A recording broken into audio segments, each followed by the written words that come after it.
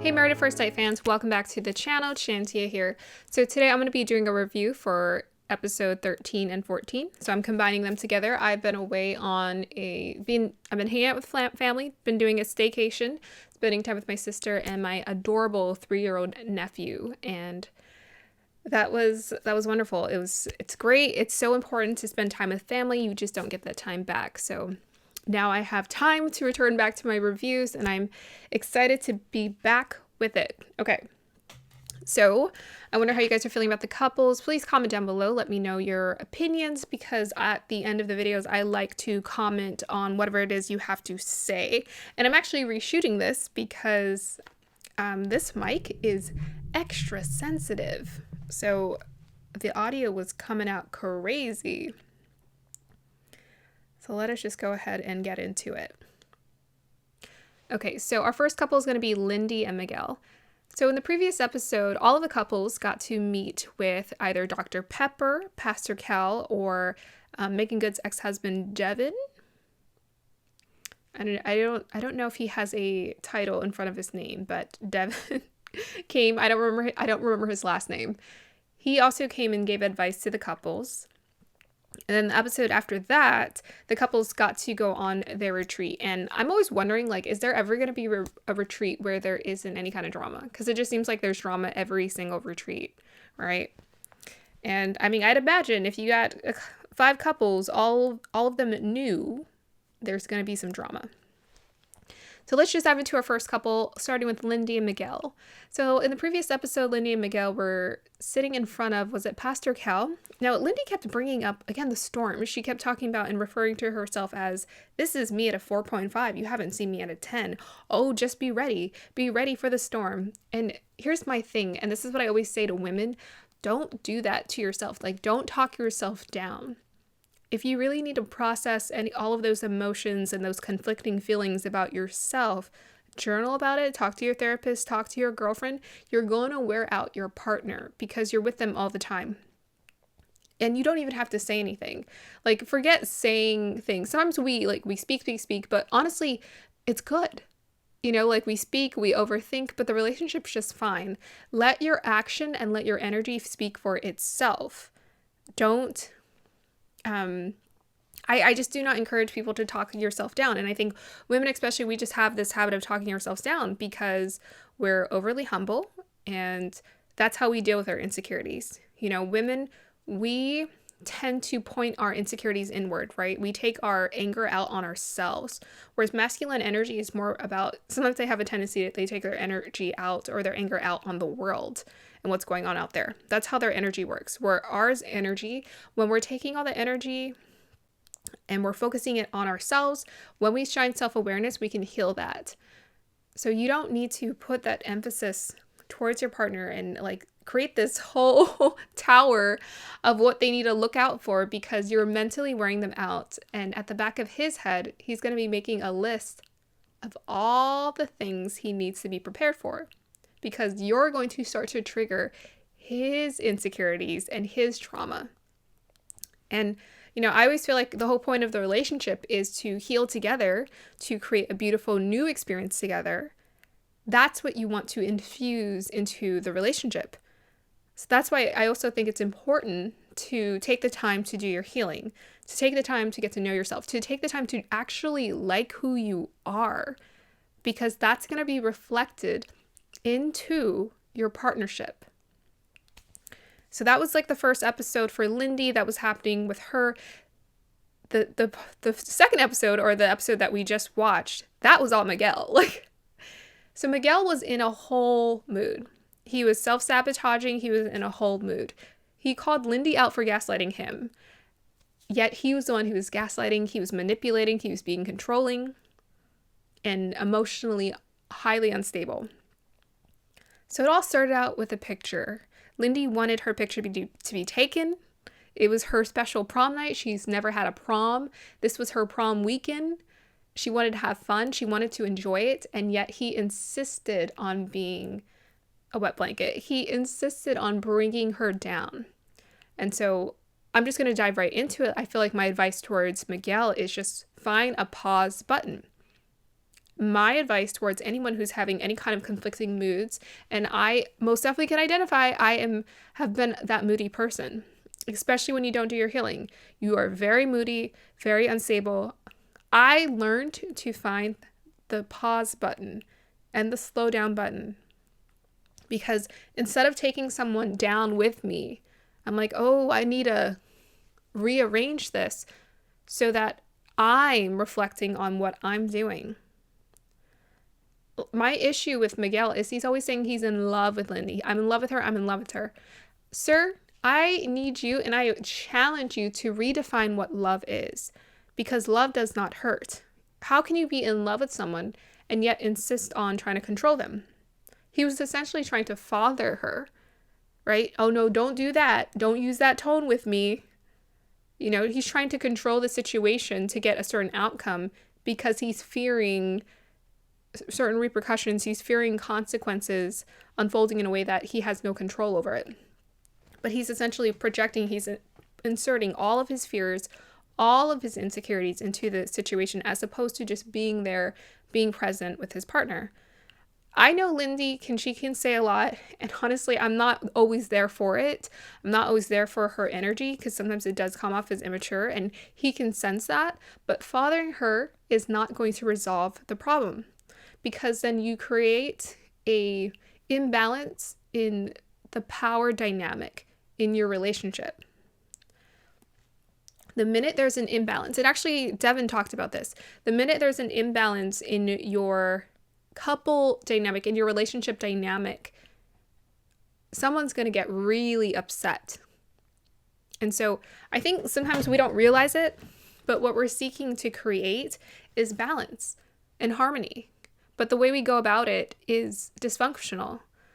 I think at the core, we're wanting harmony, but when there's no self-awareness, it creates destruction. So my advice, I think Lindy and Miguel, they both have their fair share of inner work that needs to be done. But for Lindy, it's like change your thought patterns, redirect your thoughts, journal about that stuff. Your partner is not your therapist. He's not the one for you to take out your 5-year-old, 10-year-old, or 13-year-old inner hurt child anger on, even though, yes, it's going to come out sometimes. But it shouldn't be normalized to the point where you're not aware of it. And for Miguel, find that pause button when you're moody. Because here's the thing. I think we all feel like we're adults, right? We all feel like we're adults. We all feel like, hey, I got this. I'm right. And I most definitely was getting that energy from him during that weekend getaway. I'm in the right.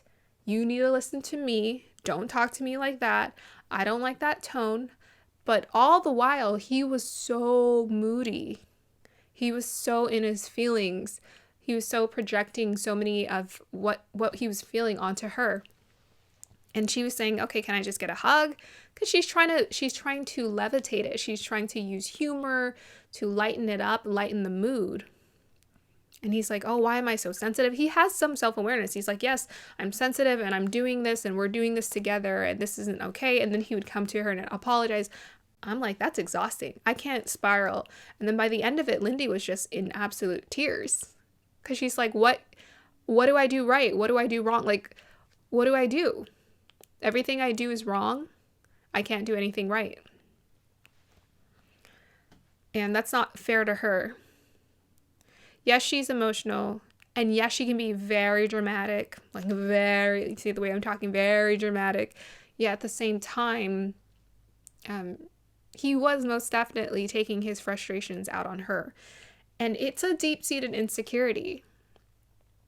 So they were joking that previous week when they were throwing axes that she's like, oh, I hope you're not a sore loser. But I think there is some insecurities there, right? There's some insecurities with his control. There's like a control thing. He was trying to control her. He was trying to control the way she responds. Like, no, don't do that. Don't do this. Take a picture. Don't take a picture. Like, what do you want to do? If it's all over the place. Moving forward, I hope they figure things out. I think there's still a lot for them to work through. What I'm feeling from Lindy and Miguel is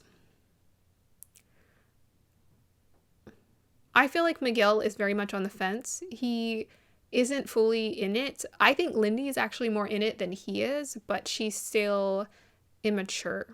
So I don't know, like she's very immature in the way that she processes and deals with things. He is caught up in his feelings, caught up in his moods to the point where it blinds him. And it's a lot of fear, really. Like he's letting his fear take over the situation. And, you know, I always listen to people when they say, oh, I was in an unhealthy relationship before and this person took advantage of me. And I've been in multiple relationships where people have taken advantage of me. And I'm like, I think those were all lessons for you to learn your worth, learn for you to stand up in a way that's healthy, stand up for yourself. But more importantly, you have to ask yourself, what did I do to attract this situation into my life? Figure out the core, the root of the problem. If you don't get to the root of the problem, it's going to persist. Okay, so I'm going to move on to the next couple. Lindy and Miguel, I don't know. They can be really cute, but I just think there are some core issues that I'm not really sure they have the tools to resolve it, to stabilize. I feel like Miguel has been great for a lot of the season, but this episode was insane. It really shows you like the other side. And so that's like why the courting process is so valuable, because you start to see the different sides of someone, you know, as you're getting to know them, versus like totally investing into a relationship where you don't know this person's character. So the next couple I'm going to talk about is Kristen and Mitch.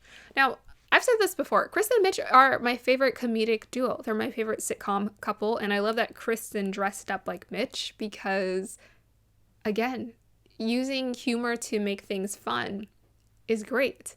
I love that. So in the previous episode, Kristen absolutely went off on Mitch. She went off on Mitch. She finally was so upset. People on Twitter were out there supporting her, saying, hey, go girl, yeah, you stand up for yourself.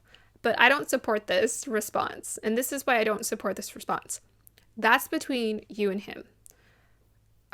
Sometimes this show can be iffy. I know the couples are supposed to talk about what's going on in their relationship amongst each other. But be very careful. And the thing is, I've heard the way she talks about Mitch. Like, it's a little bit passive aggressive. And women are so passive. We are so passive aggressive. Where she's just like, oh, Mitch is being very Mitch-like. I hope Mitch isn't doing what Mitch usually does. Like, it's very, I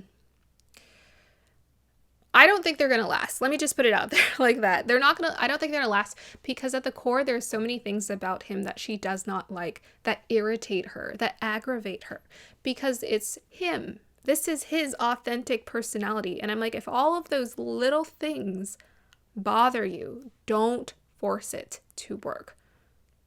I appreciate the effort, but do not force it to work. You're energetically picking up on, maybe this isn't my match. This isn't my person. I do think they're very mismatched. They're a wild card.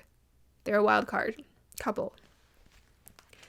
I didn't appreciate that I know that Mitch talked to her sister, and I know he misses social cues, and he's boyish sometimes in his response to how to treat a woman and how to react in a relationship. But there's some maturing that needs to happen. There's a reason why he's, you know, at that early age of 40 and is single. It's because he honestly needed more practice. He needed more practice, but more importantly, I think he needed, like, at that point, I'm like, if you really want to be in a marriage, it's not enough to want it. Surround yourself with people who are actually doing it. Like, lots of people, lots of examples. Study it like you're getting a PhD. And I would encourage any person premarital, study relationships like you're getting a PhD in it. Learn how to cultivate the tools, because I know relationships are just so much work, but they should be fun, and they should be supportive, and they should be so enjoyable, and they should feel like, you know, relief, that person to go to, that person to look to, your confidant, your best friend. Like, it should feel like that. It should feel warm and inviting, but you need to study it. And I just feel like not enough people study relationship dynamics prior to getting into a relationship. They make it up. And actually, it's always the people who say, oh, no, we don't need therapy, or we don't need any help, or we don't need any advice. Oh, I know what to do, who end up making the same mistakes over and over again. I'm like, at what point are you going to acknowledge that you still need to cultivate the tools? You haven't yet learned how to cultivate the tools. So Mitch, I feel like, needs to cultivate the tools, learning how to be in a relationship, learning how to read the social cues. I feel like he's a genuine person, and I feel like he's genuine in spite of people, thinking he's an a-hole and like being very direct about and being overly honest about things. It's because of his response. Compared to the other guys, I feel like their response sometimes can be very immature. He can be rebellious, but he has somewhat like, he's still respectful. He's still very respectful to Kristen in spite of it. When he does things, he doesn't do it out of like to hurt her, whereas other guys, like some of the other guys, they do things to like hurt. They're very reactive in their hurt, where he does things because he's like, it makes him uncomfortable, but he wouldn't go out of his way to hurt her. That's why he's mature in that sense. So his response was still good. It was still good. He was just like, wow, I'm blindsided. He wasn't like getting upset and like stomping around and like throwing words back at her. He was just like, okay, we're going to have to deal with this. That was a healthy response. Now, I wasn't for Kristen going off on him like that, because you have to watch the way you speak about your partner in front of someone. Like when you really go off on your partner like that in front of people, that gives them license to speak about them in that way. And I always feel like when you're in a marriage unit, this is like you're supposed to protect each other. And so if you start talking down about your partner like that, I know we get frustrated at times, it gives another person permission to disrespect your partner. So sometimes, like I've had friends, they'll talk about their partner and whatnot. And when I meet their partner or when we're it's just like all of us together, I'm like,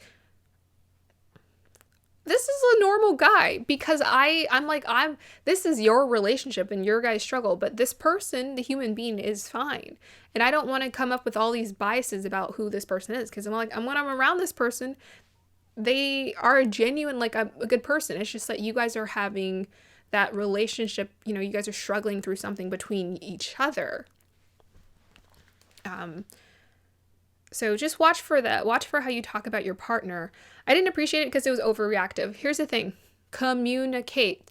Don't wait to blow up. Now, I was not crazy about Kristen's sister telling Kristen about Mitch saying that.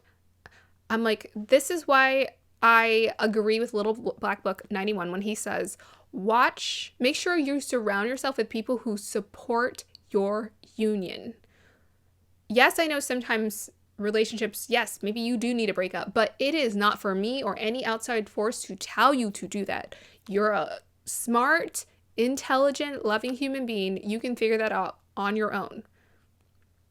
You're a grown person who chose to get into this partnership. You can choose what you want. I'm not here to tell you, be in your partnership, don't be in your partnership. Oh my gosh, no, that is not my decision to make.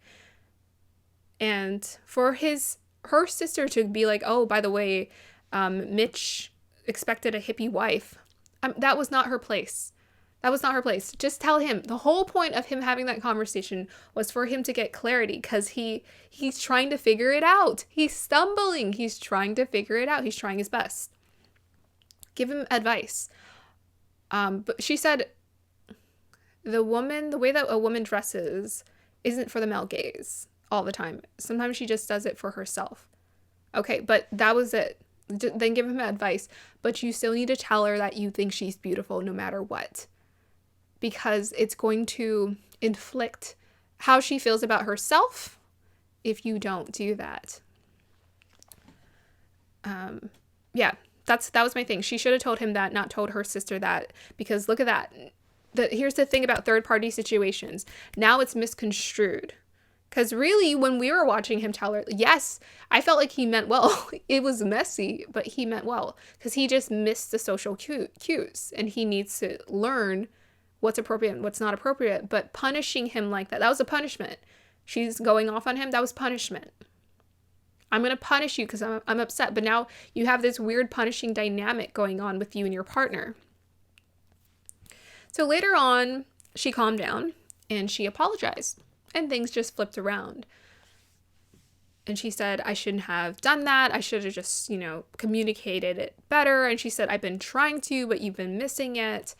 And I'm like, keep talking. Keep talking until you guys get it. Or more importantly, this is my encouragement, especially for women. Learn to own it in your energy. Here's the thing. If you really own it in your energy, they're going to say it. But sometimes it's also the mismatch. Mitch is not used to complimenting. I'm not sure. It might be the attraction, right? They're kind of missing each other. She's not really his type or whatever. But it may also be your insecurities. So like sometimes people are like, oh no, he's making me feel insecure. I'm like, well, were you feeling insecure before you were in the relationship? Are you just feeling insecure in general in life? We might need to consider that, Most of the time, actually 100% of the time, it has to do with us. It helps that our partner compliments us. Absolutely. But I find when you really own it, people are going to just say it. Even if it's not him. Your girlfriend's going to say it. Or people on the street are going to be like, oh my gosh, you're so gorgeous. You're so beautiful. Because you already feel that way. You already own it. She's most definitely emphasizing that words of affirmation are extremely important for her. And Mitch is missing those words of affirmation. I think he's learning. He started saying, you're beautiful, you're smart, you're intelligent. She needs those things. I almost feel like all women do, but I think in general, human beings need words of affirmation, period. And I feel like in a partnership, because communication is our main way of connecting to each other, words of affirmation is just important, period. It's not, it can be an important love language for people, but I feel like it's important in general to embrace affirmations and supporting each other, learning how to uplift each other. So my thing with Mitch is, he is kind of used to being a little bit pessimistic about life. Affirmations are optimistic. They're optimistic, they're positive. And Kristen is like the opposite. She's more of the optimistic. Words of affirmation is her thing. He's more realistic, focused on the struggles in the world, people who don't have enough, the lack of in society. In the previous episode, they were talking about that conflict with what her passions are and what she wants to do. But that's when just like your lifestyles are just mismatched. Because I wouldn't want someone to compensate their truest values to, yes, we learn when we get together, but I'm like, their values are very far on the spectrum. So it's hard to like bring it. They're having to do extra work to meet in the middle. So I feel for them in that sense. In the next episode, they made up. They were having fun at the prom. But then I like that Kristen was making fun of him. And then she also did the Oscar or the little trophy. And she said most likely to get a divorce or multiple divorces. And Mitch was like, ooh. So she has a way of being passive aggressive. Like women, passive aggressive is our way of dealing with our frustrations. Passive aggressive. She's said things about like Mitch doing what Mitch does, and Mitch is like this. But now it's starting to become a bit much. Because I think humor is important, and it's important to be a match on your humor, but you really want to watch for that passive aggressive energy, because it's still aggressive, and it's cutting away at the core or the foundation of respect, the respect that you have for one another. So when you're being passive aggressive towards your partner and you're saying all these little sly comments and you're coming up with all these ideas in your head, you're also chipping away at the respect that you feel towards this person. So that's why I'm like, don't force it if it doesn't fit. If it doesn't fit, this just might not be your person. Maybe it's just time to find a better match for you out there somewhere. Okay, so that's what I have to say about Kristen and Mitch. That was kind of long. I don't think they have what it takes to last just because they're so different. I think I'm a fan of them as humans. And so I do hope they keep learning. And out of all the couples, or I would say them and Stassi and Nate, they have a lot of self-awareness in terms of what they need to work on. And that's great. It's going to be like huge growth for them. Like Mitch is, he's growing, he's learning a lot. And I feel like Kristen is also learning really quickly to own my truth, bring more humor into my relationships, and operate from a place of less conflict and more harmony. Okay, moving on to our next couple. Should I do Stassi and Nate or Justin and Alexia? Let's talk about Justin and Alexia. Now, I honestly don't think Justin and Alexia are going to last because two of them are just so emotional. Like, Justin is very emotional. Alexis is expressed that she's felt drained, but there's also like a disconnect happening. So in the previous episode, when they were talking to Devin, she was talking about how she wanted more of that domination in their intimate life, whereas she feels like she has to already be dominant out there. She doesn't want that in her partnership.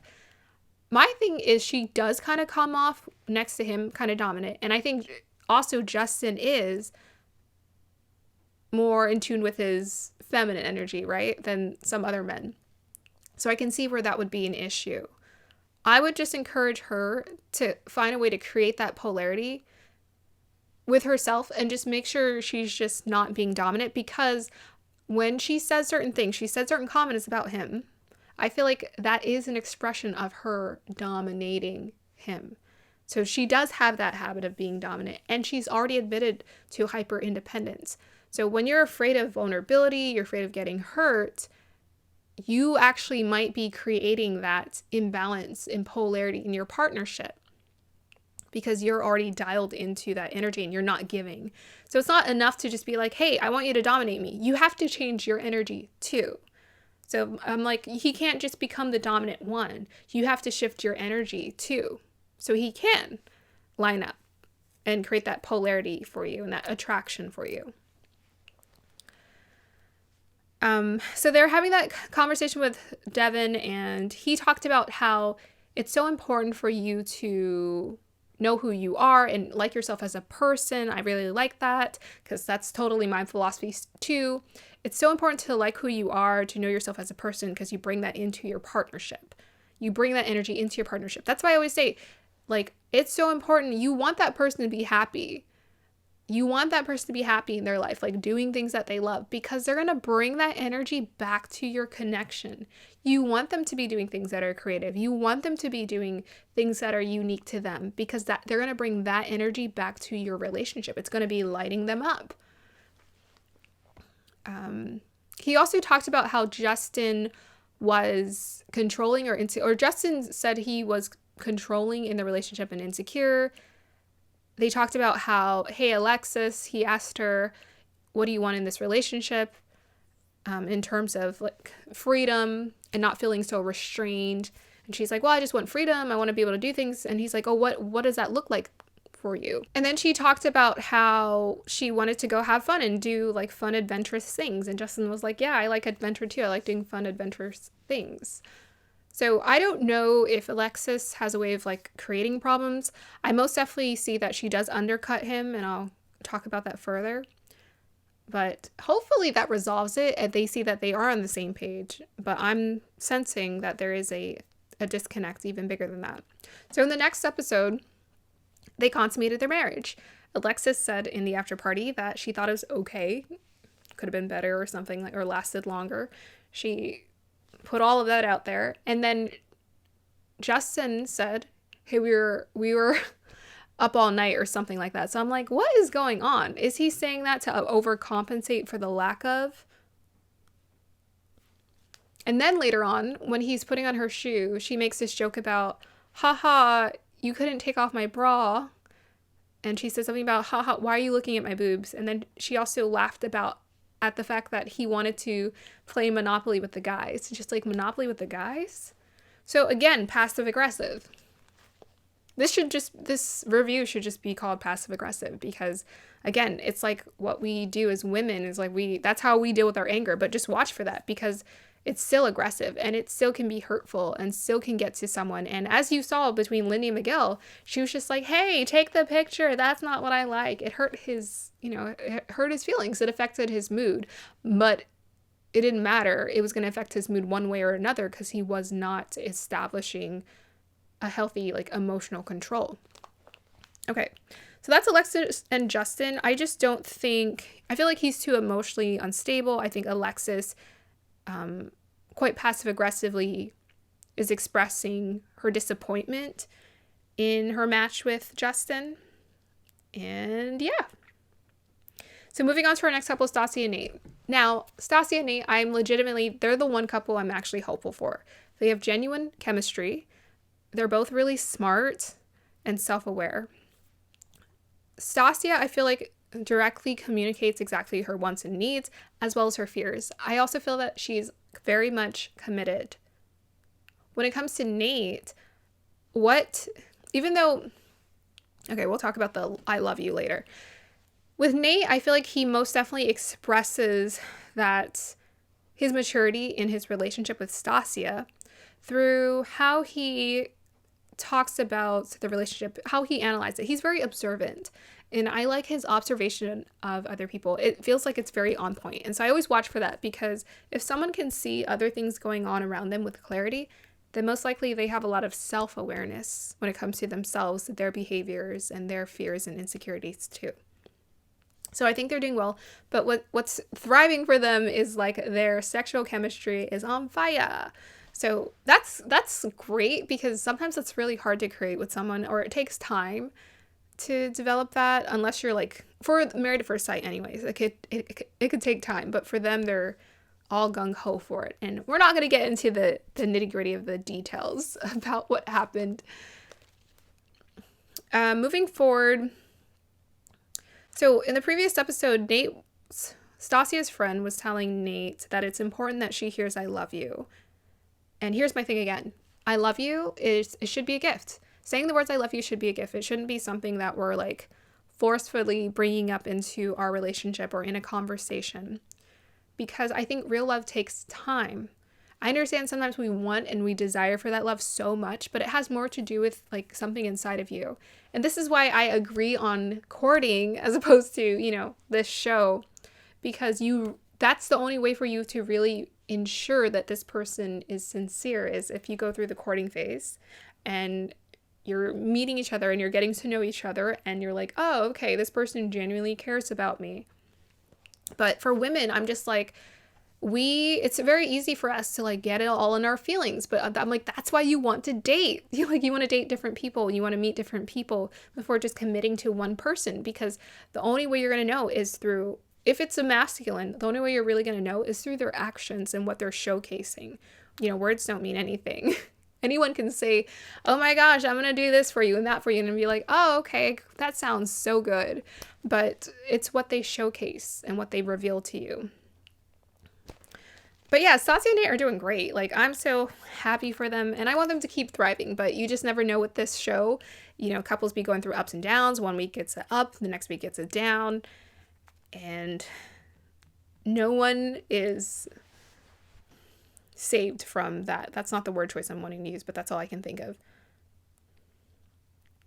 Okay, let's move on to Morgan and Ben. That's our final couple, because I want us to talk about their ending of their relationship in the previous episode.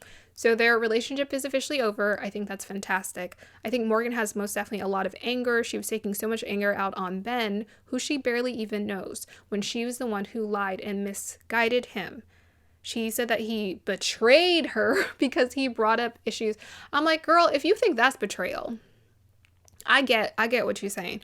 But if you think that's betrayal, you are in trouble, my dear. You are in trouble. Because that was also him, which, we couldn't even talk about Ben's feelings because it was all about Morgan's feelings, unfortunately. he has legitimate fears and insecurities because family is so important to him, money is so important to him. So he wanted to communicate that to her, letting her know what are his fears and insecurities. And she was just like, I was like, no, we can't talk about it, blah, blah, blah. I'm like, you barely know each other. You guys are going to make mistakes and you have to leave space for grace. You have to leave space for fumbling and just communicate. Continue to make sure you open that line of communication to let your partner know what is okay and what's not okay, what's going to work and what is not going to work for you. For Ben, he needs to understand his worthiness.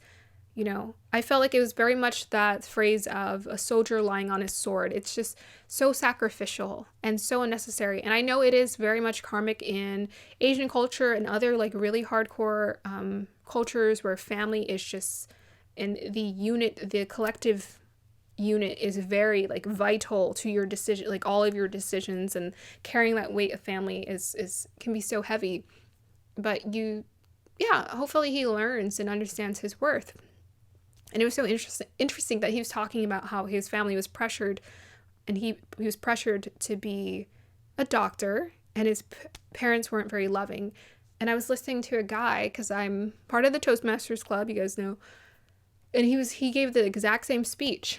It was about how his mother didn't show him any affection, and they expected him to be a doctor.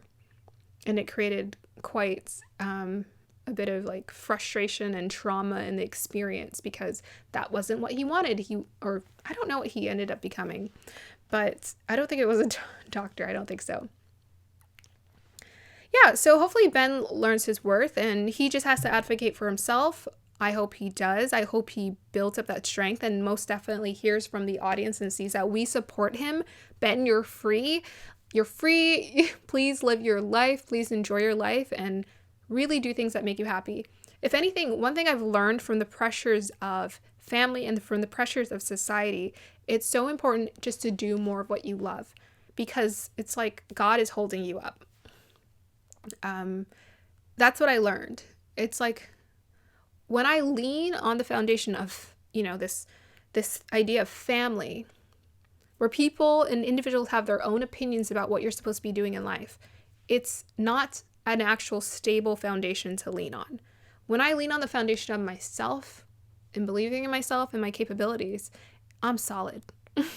I am so solid. And I realize that I have so much more, I'm capable of so much more, and I need to trust my instincts.